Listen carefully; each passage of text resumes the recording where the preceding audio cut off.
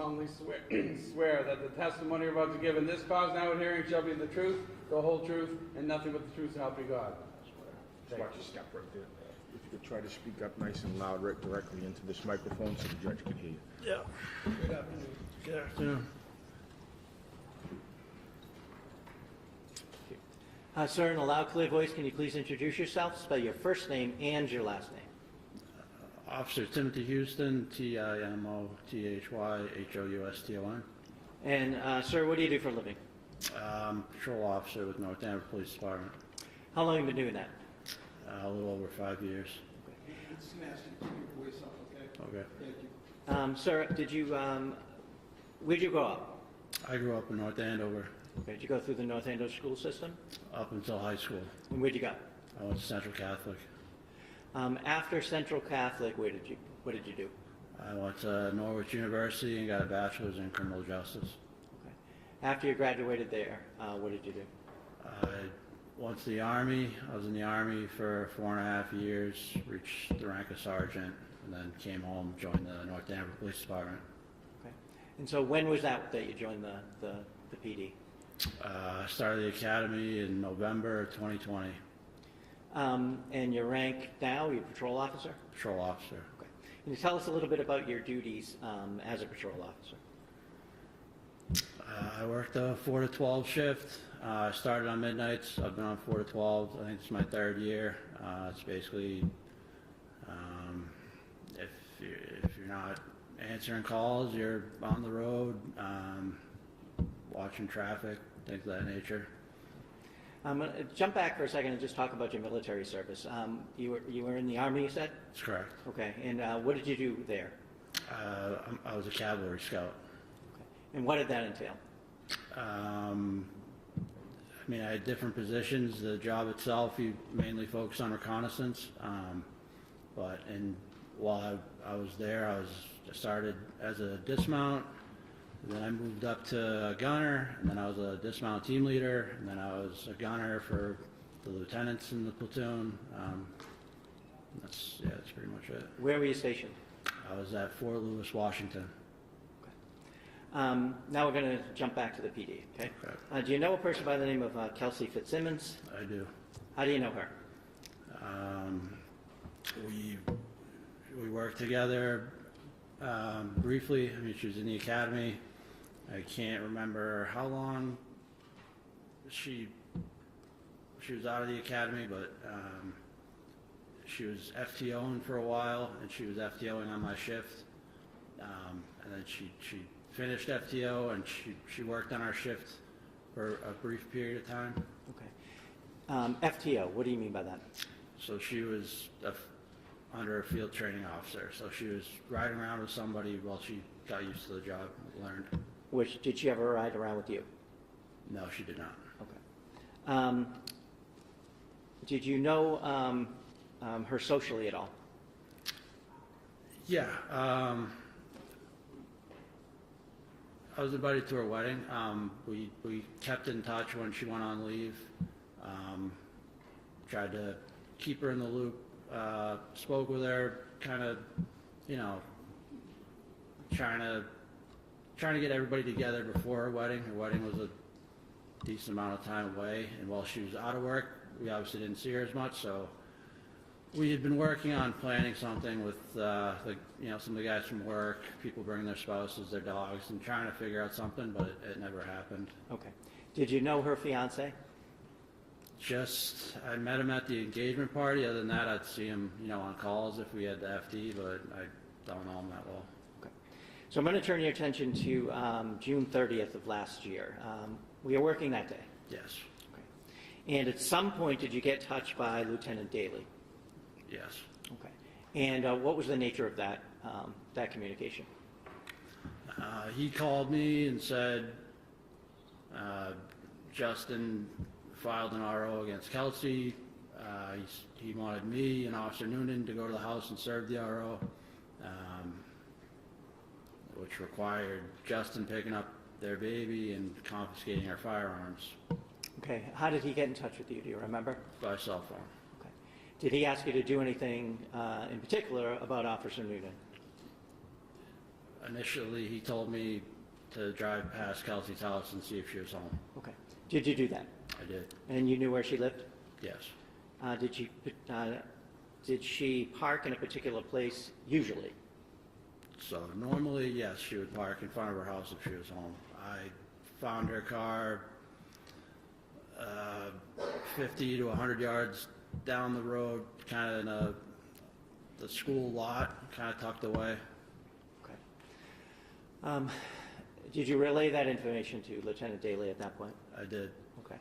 And at the point that you saw her car, had you already talked to Officer Noonan? After I called Lieutenant Daly and told him about her car being out of, and it parked in a strange way, I called Officer Noonan. Okay. And what did you tell him? I said, hey, what's going on? He hadn't talked to Lieutenant Daly yet, so he had no idea what was going on. So I told him to meet me in the parking lot, and I'd go over it with him. Okay. And did he do that? He did. Did he get there before Lieutenant Daly did, if you remember? Yes, he did. Okay. Did you inform him of what was going on? I did. At some point, did Lieutenant Daly also meet up with you in that particular spot? Yes. Okay. Did you talk about a plan as to how you were going to handle serving the order? My only memory is what I updated Officer Noonan with, just the circumstances of why we're going there and concerns that we had, but I don't remember what the exact plan was. I think it was assumed that Lieutenant Daly would do most of the talking. Okay. And you said your concerns. What were your concerns? We were aware that she had been sectioned before, so, obviously it's a tough position for her, finding out, there's an order in place, we're taking her firearms, we gotta take the baby, give him to Justin, so we thought with her past being sectioned, she might not take that news very well, and, we weren't sure what was gonna happen. Okay. Had you served restraining orders yourself before? Yes. Now, at some point, did you go over to 125 Phillips Brook Road? Yes, we did. And the three of you? Yes. Did you go in together? Yes. All right. Can you tell us what happened as you approached the house? And take us from there. So we parked off to the side of the house, out of view of the house itself. We walked around, knocked on the front door, or the side porch door, whatever. Had you ever been in that home before? I don't think I'd ever been in the home, no. When you knocked or rang, I'm sorry, I forget what you said. I don't remember. Okay. Did someone answer? Yes, Kelsey answered. Okay. Did she have the baby with her? She did. Okay. So what happened then? She wasn't sure why we were there. Lieutenant Daly kind of had the paperwork in his hand. She invited us in, and Lieutenant Daly just started explaining why we were there and what was going on. Okay. Where in the house did you go? So we went into the living room. Okay. Did you remain standing? Was she seated? What happened with the baby? Can you describe what happened there? So Lieutenant Daly asked her to take a seat on one of the couches, had her put the baby in like a rocker on the floor, and I stood kind of away from them by another couch. Okay. Could you hear what they were saying? Yeah, I couldn't remember exactly what was said, but What was the gist? Justin filed this order. She was shocked by it. Lieutenant Daly was doing his best to, mediate and tell her, this is what has to happen now, but you're going to have your day in court. Like nothing's, we're going to figure this out. Okay. Did you look around the living room at all? Yes, I did. And did you notice something? Yes. So on the couch I was near, there was clothes everywhere, and I could see a handgun case sticking out. And before that, Lieutenant Daly had asked Kelsey where her firearms were, and she said they're in the basement. And while they were having that discussion, I saw the handgun case, picked it up, opened it, it was empty, and Kelsey reassured me that they were in the basement. Okay. So that was the second time she said they were in the basement? Yes. How soon after you got in there was that question asked about where the guns were, if you remember? Almost immediately. Okay. That was one of the first questions? Yes. So, what happened next? So we told her that, or Lieutenant Daly told her that Justin's going to come and pick up the baby. So she said, you know, how long is he going to have him? I need to pack for him. So me and Lieutenant Daly began following Kelsey as she packed for the baby. Okay. And did she do anything with the baby when you guys were following her around, if you remember? I believe at that time Officer Noonan was holding the baby. Now, you said you were following her around the house? That's correct. Was it? Why was that? It was still, we were still a little bit on edge. She had to go to the kitchen. I remember when me and Lieutenant Daly followed her in the kitchen, I was concerned because there was butcher knives all along the kitchen. That was just something that stood out to me. Okay. Was it your intention for you or another officer to be with her the entire time? That's correct. Okay. Is that standard practice when you're have similar concerns? Correct. After you went into the kitchen, do you remember where you went? I believe we went upstairs. Me, Kelsey, Lieutenant Daly, briefly came back downstairs, and then we went into the other side room. I think it's like an exercise room. Okay. At any point, if you remember, did the defendant make a call? Yes, at some point she called her mother. So after you came downstairs, at some point did you take possession of the baby? That's correct. Okay. What happened while you were holding the baby? Anything? Yeah, so I took the baby from Officer Noonan, which Kelsey asked me to do, which I did. Kelsey told me, why don't you take him for a walk? He likes to look at the cars. I told her, I said I'd take the baby, but I wasn't going to leave. So I took the baby out on the porch, and the baby was crying, so I was doing my best with the baby. And at that point, her mom showed up. Okay. Through that same door you guys had come in? Correct. Okay. And so what did you do when she came? I peeked in. I told Lieutenant Daly, like, the mom's here. Why don't we give her the baby? And we invited the mom in. After the mom came in and you handed the baby to her, did you stay in the immediate area or did you go somewhere? So once the mom came in, she was pretty upset with us, but Lieutenant Daly explained the situation to her. So at that point, me and Officer Noonan followed Kelsey upstairs so she could pack more things. Describe upstairs, if you would. There's a landing. It's a T hallway. Hold on a second. Yeah.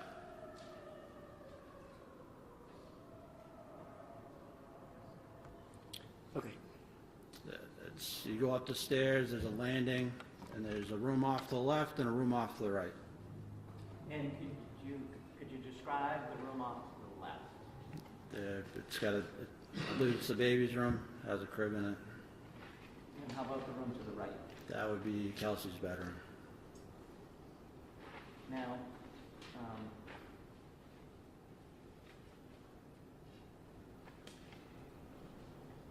you said you followed her up there.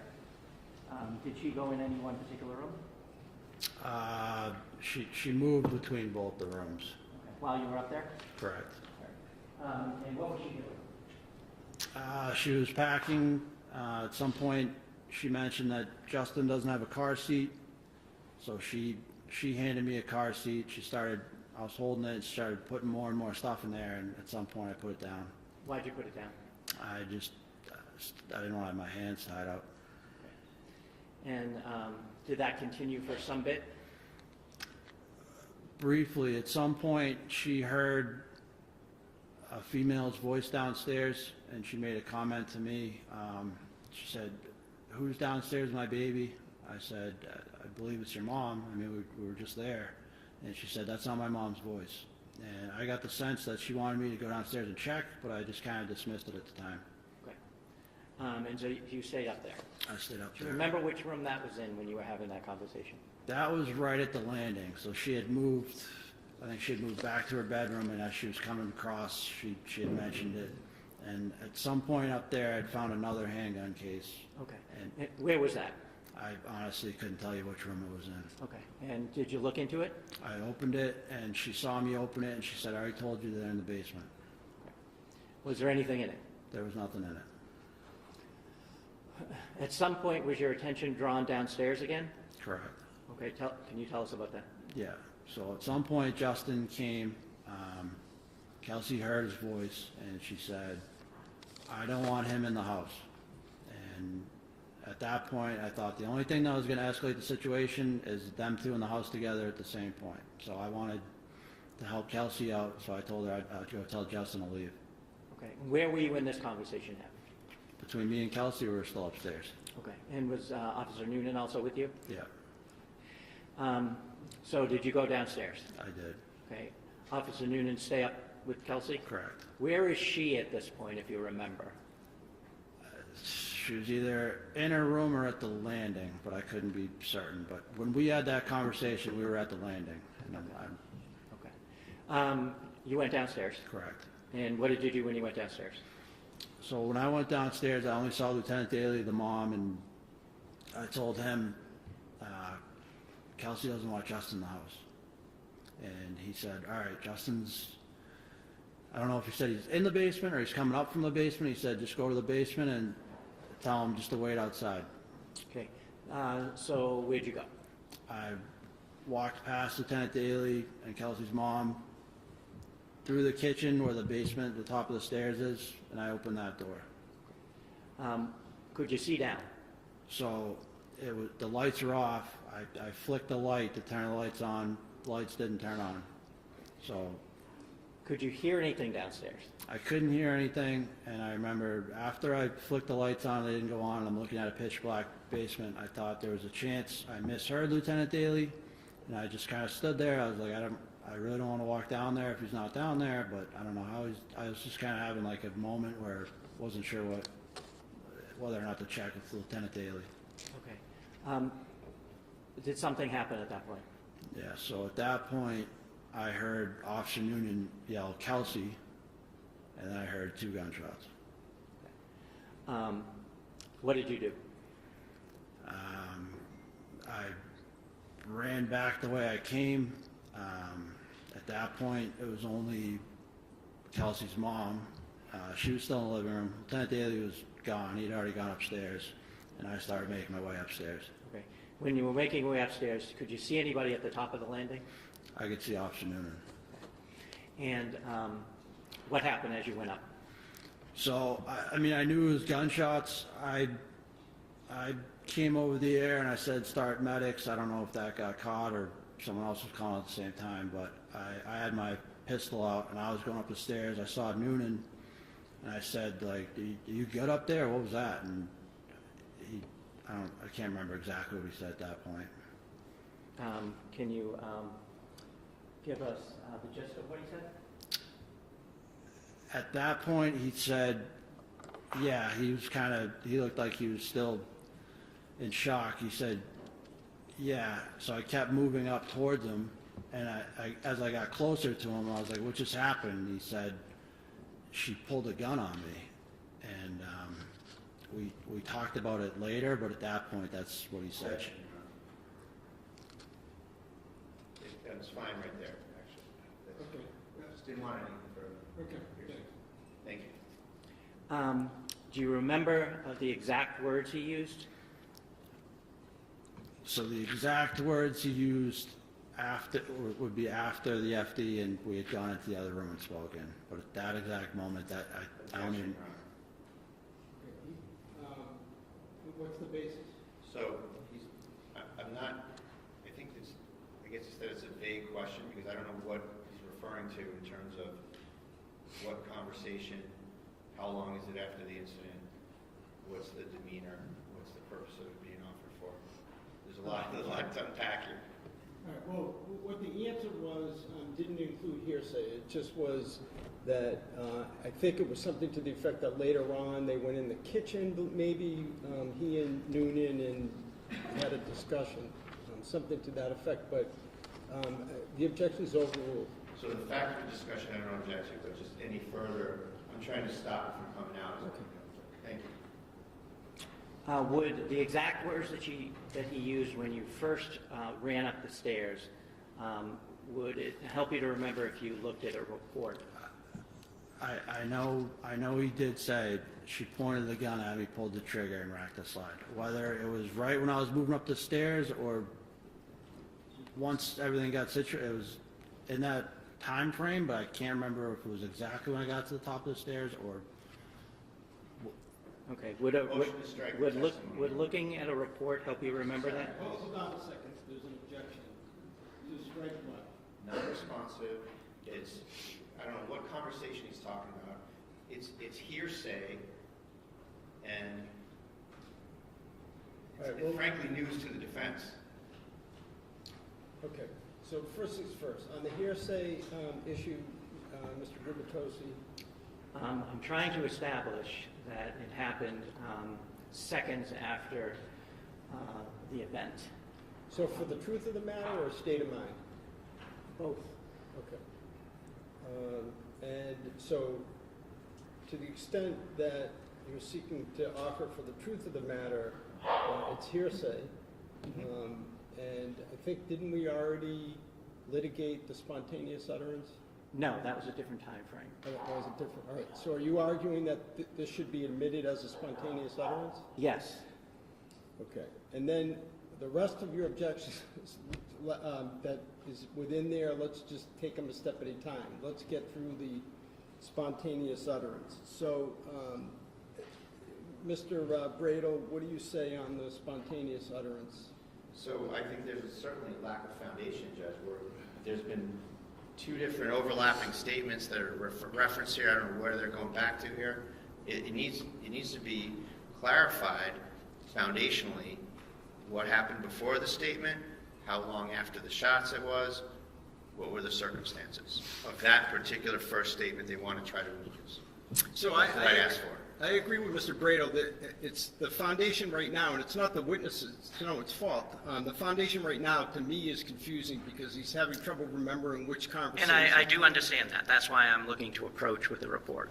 Okay. To refresh his memory, yes. All right, well, why don't you do that, and we'll take it a step at a time.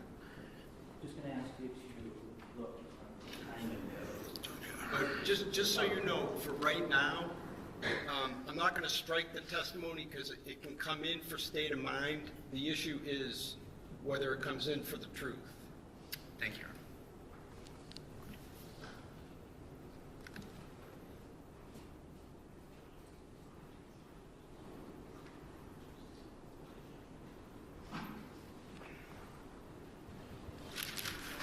Does that help you remember the timing of that statement?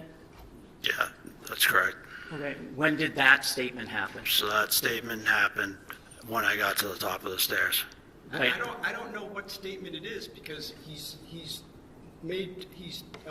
Sure, I'll ask him. He's recited two different statements. Again, I'm not casting aspersions, but it was she pulled a gun on me or she pointed a gun, racked the trigger, etc. So if you can have him clarify. Sure. What statement did you hear when you ran up the stairs the first time? So she pointed a gun at me. I'm speaking from Officer Noonan's perspective. Pointed the gun. I can't hear you. She pointed the gun at Officer Noonan, pulled the trigger, and then racked the slide. All right, and there's an objection to that coming in for truth of the matter? I get you that one moment here. Sure, take your time.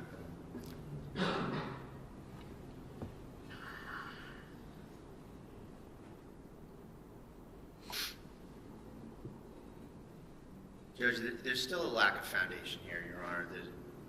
Now he's saying something different than what he said 2 answers ago about what the statement was. So this is, in terms of any sort of a reliability preliminary finding of any of this, it's all over the place. He just said something completely different than what he said before. He's now clarified it, so we're beyond that.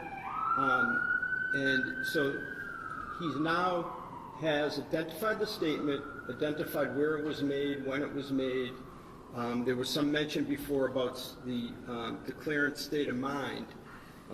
So I guess what I'm politely saying is you need to move beyond that. So now the issue for me is, does that statement come in for the truth of the matter? And Judge, I think that I'll reiterate my arguments from the earlier discussion about the other excited utterance statement, Your Honor, that this isn't like a domestic violence situation where someone is, you know, a battered woman or something, where the time frame is much more flexible. And in this situation, you have an officer-involved shooting that happens. Another fellow investigating officer comes right up there, and there's a huge motive to fabricate immediately, Your Honor, that something happened that covers the officer, covers the shooting officer, versus being under the influence of the event so that you're not fabricating. There's an immediate impulse here that this officer has to cover his future. He has to cover his conduct right away. There doesn't need to be much time to realize that from an officer who jumps the gun, from an officer who panics and shoots someone in the wrong circumstances. That's something that would immediately happen.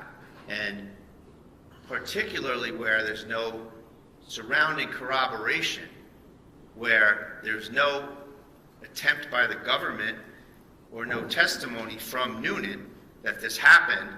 This is something completely different, that the statement happened, I mean, Your Honor, that this interaction with Houston happened. There's extremely unreliable circumstances. If that really happened, Noonan would have testified to it. If that really happened, the government would have given me discovery on it. If that really happened, it would have been corroborated. So, All right, so the discovery, the lack of discovery or argument is a different matter. Anything else on, again, on just the Commonwealth's assertion that it qualifies as a spontaneous utterance? no, Your Honor, just the notion that it's not a domestic violence situation. It's a situation where the motive to fabricate immediately arises. Thank you. Okay, Mr. Gubitosi, anything further on that? This is exactly what the exception is for. It couldn't have been more immediate unless Officer Houston was standing next to Officer Noonan when it happened. He immediately heard the shots, immediately heard the yell, and ran up the flight of stairs that you've seen pictures of, and asked what happened, and got that response. So that's my answer to that. And as far as, I think I have to, since we're on the record, talk about a discovery violation. we're not there yet. We're not there yet. Okay. Okay, let's just take it a step at a time. All right, anything else? No, thank you. All right, so I'm going to sustain the objection, but for reasons different than Mr. Bradl articulated, and essentially for the same reasons that I stated yesterday to Attorney Moriarty, and that is that when I weigh the factors under Baldwin, I come out that it militates towards excluding it for the truth of the matter. It will come in for state of mind. We don't need to get to alleged discovery violations or any other reasons because I've sustained the objection. Unless you want to. I'd just like to put on the record, it was part of his recorded interview that they've had since the beginning. Okay. So. All right. Now, sir, after you heard Officer Noonan tell you that she pulled out a pistol,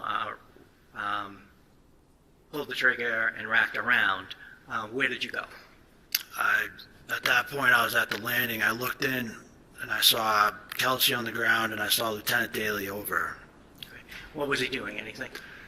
It looked like he was kind of evaluating her. I moved towards them. I asked either Noonan or Lieutenant, I said, where's the gun? I believe I asked Noonan, and he motioned away from Kelsey, so that stopped being my concern. I moved close to Lieutenant Daly just to see what level of consciousness Kelsey was. I could see she was breathing, she was alert, so I told Lieutenant Daly I was going to go get a med bag. Was she saying anything? She kept saying, I'm sorry, I'm sorry, I'm sorry. And so, where did you go? I ran down to get the medical bag out of my cruiser. Okay. Did you get it? I did. Did you come back? I did. And what did you do when you came back?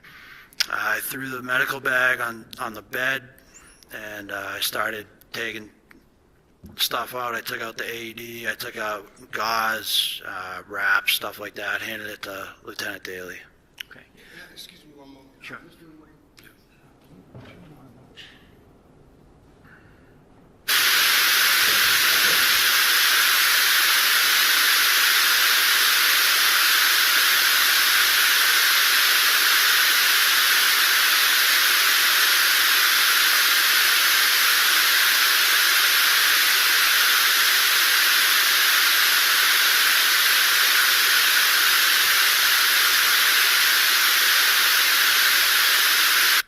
Thank you, all set.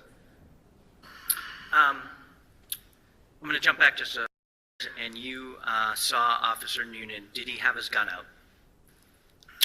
Are we talking about when I came up with the med bag or before that? First time. First time, he had it out. And how was he holding it? He had it at the low ready, so he had it kind of down towards the ground. Pointing to the ground? Yes. Do you see Kelsey Fitzsimmons in the courtroom here today? I do.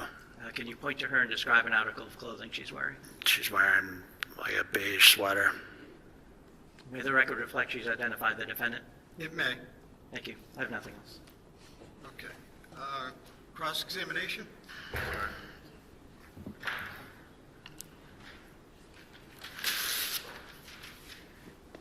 Good afternoon, sir. Good afternoon. You said that Ms. Fitzsimmons initially exhibited a lack of certainty, or that she was unsure why you were there, correct? Correct. And how was that manifested? She just looked surprised. Her eyes were wide. She didn't, I mean, I guess that's the best way I could describe it. Now, you were with her for a good amount of time during this interaction, right? Correct. And it's true that she tried to kind of get you away from her a couple of times? That's what I believe, yes. She gave you the baby and said maybe go out on the porch and or take him for a walk? Correct. And then she also put some, tried to put some things in your hands and asked you to take them downstairs? She didn't ask me to take them downstairs. She just put them in my hand And where did that occur? on the landing Upstairs? upstairs.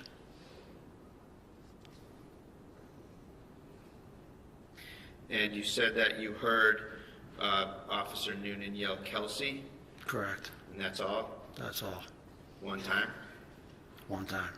And how about after after he said Kelsey, how long of a time elapsed until the gunshots? I couldn't put an exact time. It wasn't instant, but it was relatively quick. Relatively quick. How about the gunshots themselves? There was 2 gunshots, right? 2 gunshots. Were they in quick succession? Yeah, pretty quick.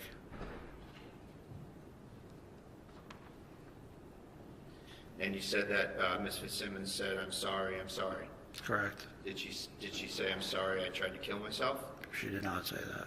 Just, "I'm sorry"? I'm sorry. 3 times.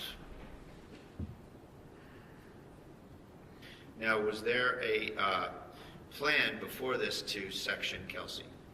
No. You mentioned that you had known that she was sectioned before, right? Correct. And that was several months prior, wasn't it? I don't know exactly when it was. Okay, so it's fair to say that you don't really have any grasp of the details of that incident, do you? I do not. And you don't know whether it had anything to do with the police or not, do you? I know there was police there, but I don't know the circumstances of what happened. Okay, so you don't know how long it was? No. And you don't even know whether she was in fact accepted as a Section 12 commitment, do you? No idea. And so, do you know the difference between having forms filled out to be looked at under Section 12 versus being accepted and committed under Section 12? Yeah, so I didn't want to, like I said, I was invited to her wedding. I was friends with Kelsey. No, that's not my question. Okay. I asked you some stuff about Section 12. I know if you get sectioned, you're going to be there for probably 72 hours, and you can't leave. And do you have any idea whether that happened in March? I have no idea. So it's fair to say that other than kind of the notion floating around in your department that she was sectioned, you really have no information whatsoever about it, isn't that right? No, I didn't want to know.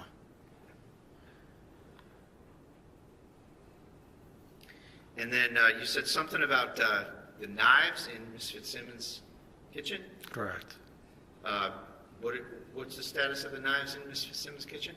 Just at that point, I wasn't sure what was going to happen, so I didn't want her to reach for a knife. It's nothing against her. It's just it's a lot of information to take in. I didn't know how she was going to react.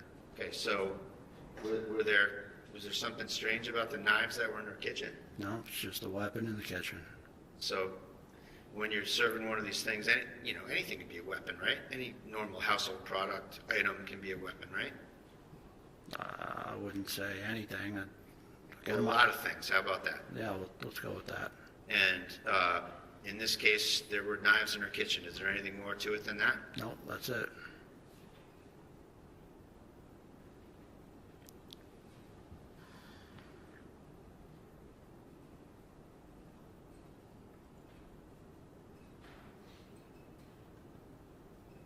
One moment, please, Your Honor. Yes.